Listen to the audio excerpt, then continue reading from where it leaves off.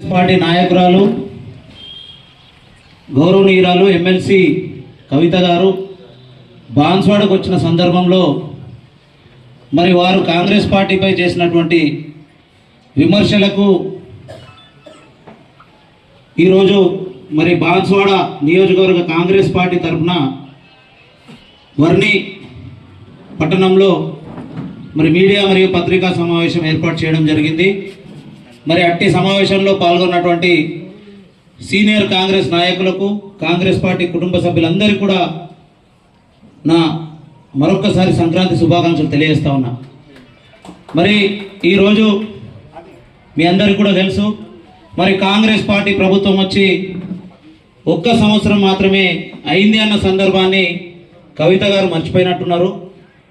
ఎందుకోసం చెప్తా ఉన్నా అంటే, మరి ఈరోజు గత 10 సంవత్సరాలు మరి బీఆర్ఎస్ పార్టీ అభివృద్ధి చేసినట్టయితే మరి ఈరోజు మిమ్మల్ని ఎందుకు పక్కన కూర్చోబెట్టారు తెలంగాణ ప్రజలని చెప్పేసి నేను ఈ సందర్భంగా అడుగుతా ఉన్నా. ఈరోజు మీ అందరికి కూడా తెలుసు, మరి ఇల్లల్కగానే పండుగ కాదని, సంవత్సర కాలం కూడా కాలేదు.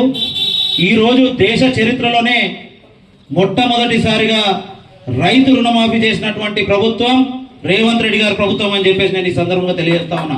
కాంగ్రెస్ పార్టీ ప్రభుత్వం అని చెప్పేసి ఈ సందర్భంగా తెలియజేస్తా ఉన్నా. ఈరోజు సన్నవడ్లకు 500 రూపాయల బోనస్ ఇచ్చింది కాంగ్రెస్ పార్టీ కాదా కవితక్క గారు అని చెప్పేసి నేను అడుగుతా ఉన్నా. ఈరోజు మీకు అవన్నీ కనబడకుండా మీరేదో ఇష్టం వచ్చినట్టు బాన్స్వాడ నియోజకవర్గంలో మాట్లాడిపోవడం సరికాదు.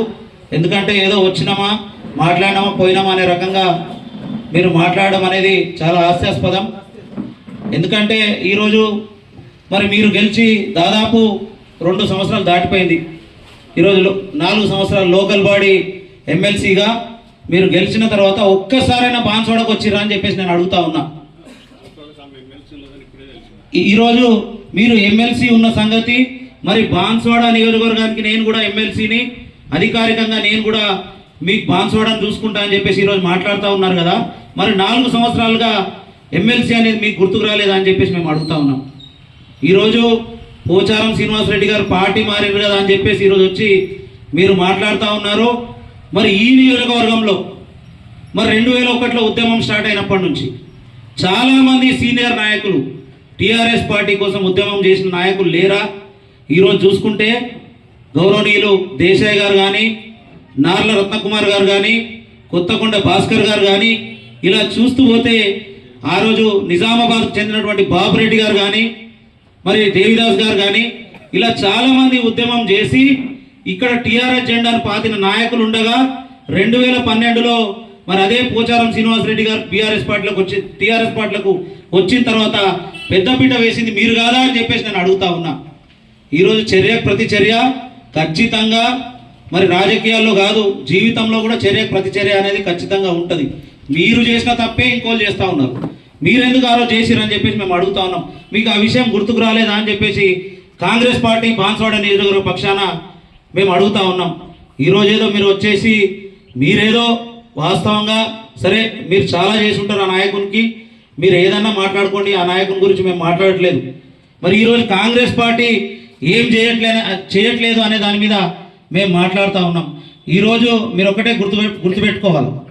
ఈరోజు ఒక మాట అన్నారు మీరు, స్పీకర్ చరిత్రను తిరగరాస్తూ బాన్స్వాడ నియోజకవర్గ ప్రజలు బీఆర్ఎస్ పార్టీని గెలిపించారు, మీరు ఎట్లా కాంగ్రెస్లోకి పోతారని చెప్పేసి మీరు అడిగారు. నేను ఒకటే అడుగుతా ఉన్నా, ఈ రోజు కూడా ఆయన మీ బీఆర్ఎస్ పార్టీ ఎమ్మెల్యే కానీ కాంగ్రెస్ పార్టీ ఎమ్మెల్యే కాదు. ఎక్కడ కూడా ఆయన నోటితో కూడా ఎక్కడ కూడా చెప్పడం జరుగుతలేదు నేను కాంగ్రెస్ పార్టీ ఎమ్మెల్యేనని ఎక్కడ కూడా ఆయన చెప్పుకుంటలేదు. ఎందుకంటే అధికారికంగా కాంగ్రెస్ పార్టీ ఎమ్మెల్యే వారు కాదు, మీకు కూడా తెలుసు. మరి మీ నోటితో మీరు కాంగ్రెస్ పార్టీ ఎమ్మెల్యే అని చెప్పేసి ఎట్లా అంటున్నారో మరి మీరు ఒప్పుకుంటున్నట్ట దాన్ని అని చెప్పేసి మేము అడుగుతా ఉన్నాం. ఇంకో విషయం, మరి ఇంకోసారి కనుక కాంగ్రెస్ పార్టీని విమర్శిస్తే ఖబర్దార్ కవిత గారు అని చెప్పేసి మేము బాన్స్వాడ నియోజకవర్గ కాంగ్రెస్ పార్టీ తరఫున మరి బాన్స్వాడ నియోజకవర్గ ఇన్ఛార్జ్ ఏనుగు రవీందర్ రెడ్డి గారి తరఫున మేము హెచ్చరిస్తా ఉన్నామని చెప్పేసి ఈ సందర్భంగా తెలియజేసుకుంటూ, జై కాంగ్రెస్, ఏనుగు రవీందర్ రెడ్డి గారి నాయకత్వం, రేవంత్ రెడ్డి గారి నాయకత్వం, మహేష్ కుమార్ గౌడ్ గారి నాయకత్వం, జై కాంగ్రెస్.